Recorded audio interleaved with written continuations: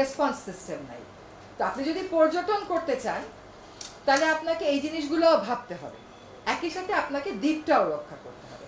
আমি চাই দ্বীপটাও রক্ষা হোক, পর্যটনটাকেও আমরা একটা কাঠামোর ভিতরে নিয়ে আসতে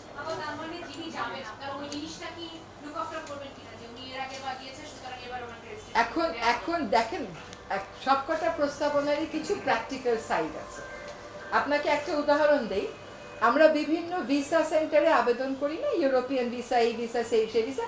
আবেদন করার পরে আপনাকে একটা ডেট নিতে হয়। যখন ডেট নেবেন, আপনি ডেট গেলে জানুয়ারিতে আবেদন করলে বলে মে মাসে আসো। এটা বাংলাদেশের রেজিস্ট্রেশনের অনেক ধরনের ফ্যাসাদ আছে। রেজিস্ট্রেশন আবার আমরাই নিয়ন্ত্রণ করি, তো কাজে সেখানেও আবার নিয়ম অনিয়মের খেলা চলে আসতে পারে। আমরা সহজ রাস্তা ধরার চেষ্টা করব। তো এটা হচ্ছে আমাদের প্রাথমিক চিন্তা। এখন দেখি ওনারা কি বলেন। একটা বিষয় হলো যে এই বিভিন্ন সময়ে তো ধরেন একটা সিদ্ধান্ত হয়েছে, একাধিক সিদ্ধান্ত হয়েছে। এখন আপনারা কোনো টাইম ফ্রেম দেবেন কিনা যে এই সিদ্ধান্তগুলি এই সময়ের মধ্যে মানতে হবে? যেহেতু মানাবেন এই চিন্তাধারা আপনাদের এখন আছে, সুতরাং আপনারা কোনো টাইম ফ্রেম দিবেন? টাইম ফ্রেমটা একটা টাইম ফ্রেমে আমাদেরকে আসতে হবে। এখন আমরা সেটা আরোপ করব নাকি আমরা সবাই মিলে একসাথে একটা সিদ্ধান্তে আসতে পারবো, সেটা একটা বিবেচ্য বিষয়। আমার ধারণা আমরা একসাথে আসতে পারবো, কারণ সেন্ট মার্টিন দ্বীপটা যদি বাঁচে তাহলে আগামী প্রজন্মের জন্যও বাঁচবে। আর যদি সেন্ট মার্টিন দ্বীপই আমার সোনার ডিম পাড়া হাঁসের মতন সবাই মিলে গিয়ে ওটাকে শেষ করে দিই, তাহলে তো আর পর্যটনটা থাকছে না। তো একটা সময়সীমাতে আমাদের আসতে হবে, কিন্তু সেই সময়সীমাটা কি সকলের সাথে কথা বলে আমি জানতে চাই।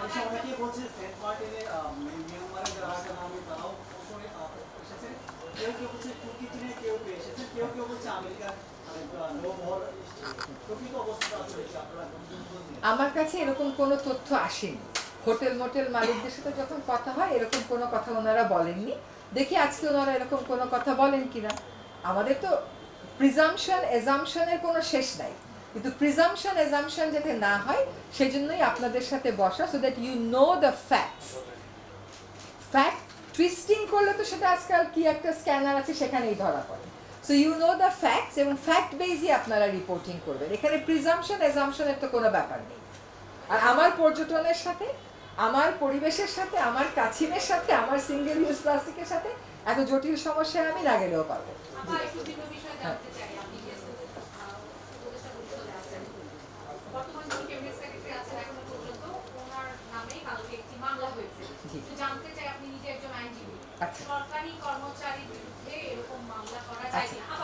আমি মনে করি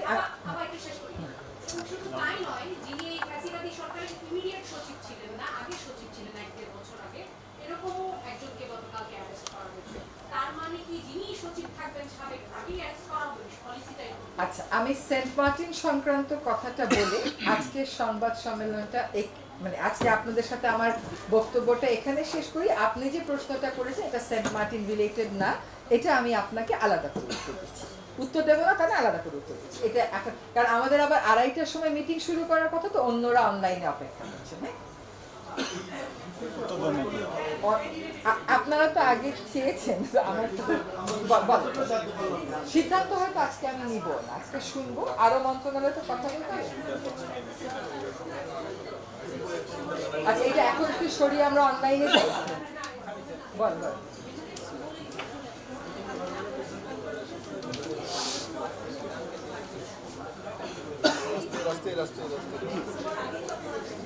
ডিসেম্বর না, আমার পর্যটনের ভরা মৌসুম হয়তো শুরু হয় নভেম্বর থেকে বা ডিসেম্বর থেকে, তার আগেই সিদ্ধান্ত নিতে হবে। সিদ্ধান্ত নেয়ার হয়তো মানে কোন কর্মপন্থায় যাব, কারণ সরকার এক এক সময় এক একটা সিদ্ধান্ত নিয়েছে, তো কোনটা নিলে আমরা আসলেই বাস্তবায়ন করতে পারবো।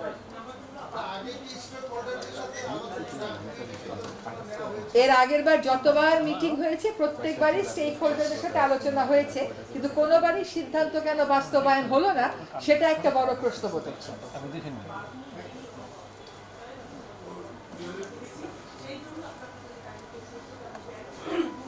Not on St. Martin's, not on any other topic other than St. Martin. আপনি স্পোর্টস পারসন হিসেবে আমাকে অন্য মিটিং এ কথা বলেন, আমি উত্তর দেব, নো প্রবলেম। আমাদের কলেজে প্রশ্ন করেছিলেন যে আপনি যে সিদ্ধান্তগুলো আছে এই সিদ্ধান্তগুলোর পক্ষে আপনার মত কিনা? এই সিদ্ধান্তগুলো না আসলে এক এক জায়গায় এগুলো এক এক জায়গায় এক এক, ওনার প্রশ্নটা এটা ছিল না, ওনার প্রশ্নটা অন্য ছিল। এক এক জায়গায় এক এক রকমের সিদ্ধান্ত। কোন জায়গায় 1250, কোন জায়গায় রাতে থাকা যাবে না, কোন জায়গায় দিনে যে আসবে, কোন জায়গায় 880।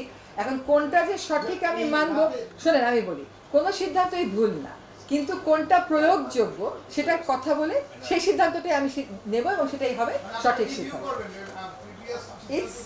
আমার সাথে তোমাদের কোনো যোগাযোগ হয়নি, একটা যোগাযোগ হোক তারপরে আমরা উত্তর দেব। আমার মন্ত্রণালয়ে অনেক কটা সংস্কার হয়েছে, কিন্তু আপনারা এখন আমাদের মন্ত্রণালয়ে মানুষ যখন কোনো কমপ্লেইন করে, আগে কোনো রেজিস্টার মেনটেন করা হতো না, এখন একটা রেজিস্টার মেনটেন করা হচ্ছে, দুটো রেজিস্টার। একটা হচ্ছে ইস্যু ভিত্তিক কমপ্লেইন, আরেকটা হচ্ছে মন্ত্রণালয় কেন্দ্রিক বা বন অধিদপ্তর কেন্দ্রিক বা বিএফআইডিসি কেন্দ্রিক ওই সমস্ত অভিযোগের একটা রেজিস্টার মেনটেন করা হচ্ছে এবং অভিযোগ নিষ্পত্তি করা হচ্ছে।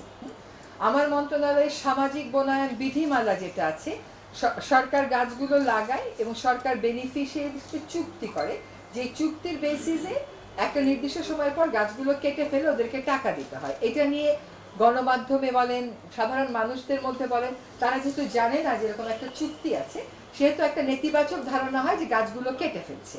সেই জন্য সামাজিক বনায়ন বিধিমালাটা সংশোধনের একটা উদ্যোগ নেওয়া হয়েছে।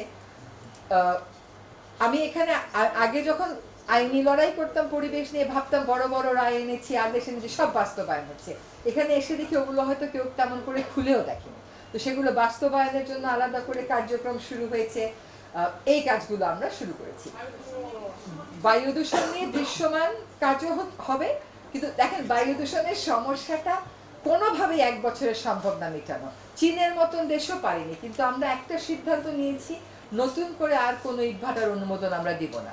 ইটভাটা মালিকদের সাথে আমরা বসেছি, তারা আমাদেরকে সম্মতি দিয়েছেন, তারা সহায়তা করবেন 3500 মতন অবৈধ ইটের ভাটা বন্ধ করে দেওয়ার জন্য।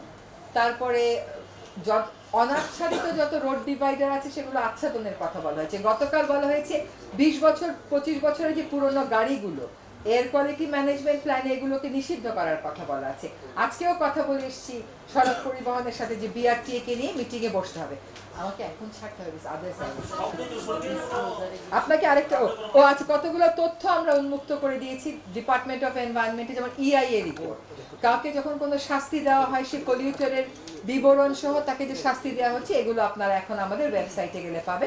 এবং ওয়েবসাইটে একটা কমপ্লেইন লঞ্চ করারও আমরা একটা সাইট করবো ভাবছি। আর কয়েকটা কথা একটু বলে সেন্ট মার্টিনটা এখানে শেষ করি, যে ওইখানে 2 লক্ষ লোকের জন্য কোনো সিওরেজ সিস্টেম নাই।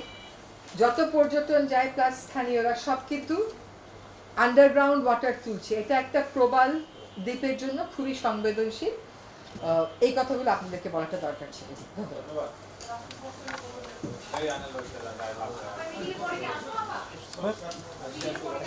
হ্যাঁ, আসো আসো, শোনো, দিস ইজ অলওয়েজ ওপেন। হ্যাঁ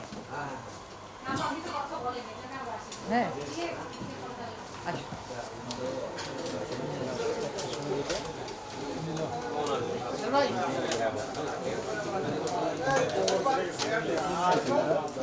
কেমন আছেন?